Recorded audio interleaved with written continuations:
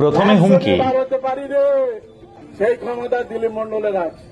আমাদের সঙ্গে টক্কর, এই জেলা কারোর টক্কর দেওয়ার মতন ক্ষমতা নেই। এই জেলায় এখনো 19টা এমএলএ আছে, তাতে যদি আমরা নামি এই জেলায় পুলিশরাত হয়ে যাবে। পরে বেপাত্তা, বাড়ি ঘিরল পুলিশ ও কেন্দ্রীয় বাহিনী। বাড়ি না, 5 স্টার রিসোর্ট, দাবাং দিলীপ চিৎপটাং। বিস্তারিত দেখুন। সোশ্যাল মিডিয়ায় বেলাগাম হুমকি। এফআইআর দায়ের করার পর বৃহস্পতিবার রাজ্যের প্রাক্তন পরিবহন প্রতিমন্ত্রী এবং বিষ্ণুপুর কেন্দ্রের তৃণমূল বিধায়ক দিলীপ মণ্ডলের পৈলানের বাড়িতে পুলিশ। এলাকা জুড়ে ব্যাপক চাঞ্চল্য। দক্ষিণ 24 পরগনার বিষ্ণুপুরের জয় তৃণমূল প্রার্থী দিলীপ মণ্ডলের বিরুদ্ধে উঠেছে গুরুতর অভিযোগ।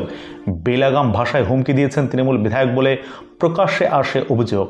দিলীপ মণ্ডলের ফেসবুক পোস্ট, সেইখানে প্রার্থী দিলীপ মণ্ডলকে বলতে শোনা গিয়েছে, অনেক সংযম দেখিয়েছি আমরা, 15 বছর শান্তিতে রেখেছিলাম, আর হবে না। তৃণমূল বিধায়ক দিলীপ মণ্ডলের হুমকি সেই ভিডিও ঘিরে বিতর্ক দানা বেঁধেছে। এফআইআর দায়ের করার পর আজ তৃণমূল বিধায়কের পৈলানের বাড়িতে যায় পুলিশ।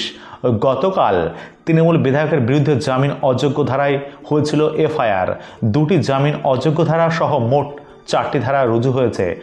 আইনত পদক্ষেপ নেওয়া হবে গতকালই জানানো হয়েছিল ডায়মন্ড হারবার পুলিশ জেলার তরফে। সেই মতো পৈলানের বাড়িতে পৌঁছায় পুলিশ। দিলীপ মণ্ডলের বাড়ি ঢুকে চক্ষু চড়ক গাছ। বাড়ি না, 5 তারা হোটেল, কি নেই সেখানে। বিরাট এলাকা জুড়ে বিধায়কের বাড়ি, সঙ্গে বাগান বাড়ি, ভিতরে সুইমিং পুল, আছে বাহারি ফোয়ারা, সাজানো লনের দোলনা, রয়্যাল বেঙ্গল টাইগার, হরিণ, ময়ূরের মূর্তি। কিন্তু শপথ নিয়ে আর পৈলানের বাড়িতে ফেরেননি বিধায়ক দিলীপ। কোথায় গেলেন? তবে কি দাবাং দিলীপ চিৎপটাং? দেখুন। জেসিবিটাকে ওদের আত্মরক্ষা করার জন্য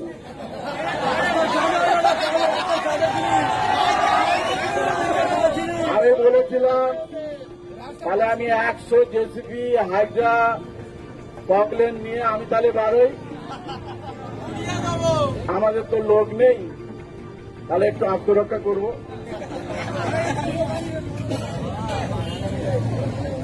100 নিয়ে বার হতে পারি রে, সেই ক্ষমতা দিলীপ মন্ডলের আছে। আমাদের সঙ্গে টক্কর, এই জেলা কারোর টক্কর দেওয়ার মতন ক্ষমতা নেই।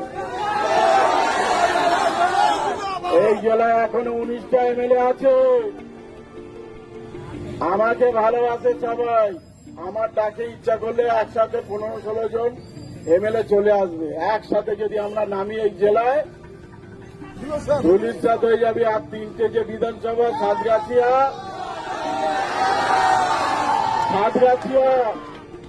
হলটা ওদের উপহার দিয়েছে, ও আমার কথা শুনতো না।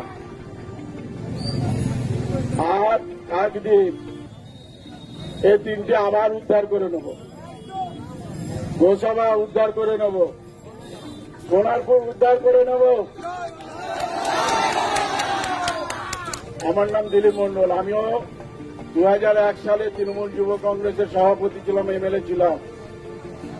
শুভেন্দু অধিকারী যিনি মুখ্যমন্ত্রী হয়েছেন, তখন জিততে পারেনি। 2006 সালে তার বাবার সিট ছেড়ে দেওয়ার পরে জিতেছিল। তাই আমাকে রাজনীতি শেখাবেন না কেউ। সম্মান দিলে সম্মান জানাই, কাউকে অসম্মান করি না আমরা কোনোদিন, আজও পর্যন্ত করিনি।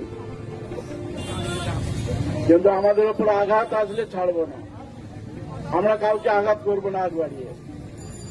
যে অন্যায়গুলো করেছে তার প্রতি উত্তর আমরা দিয়ে তারপর ছাড়ব।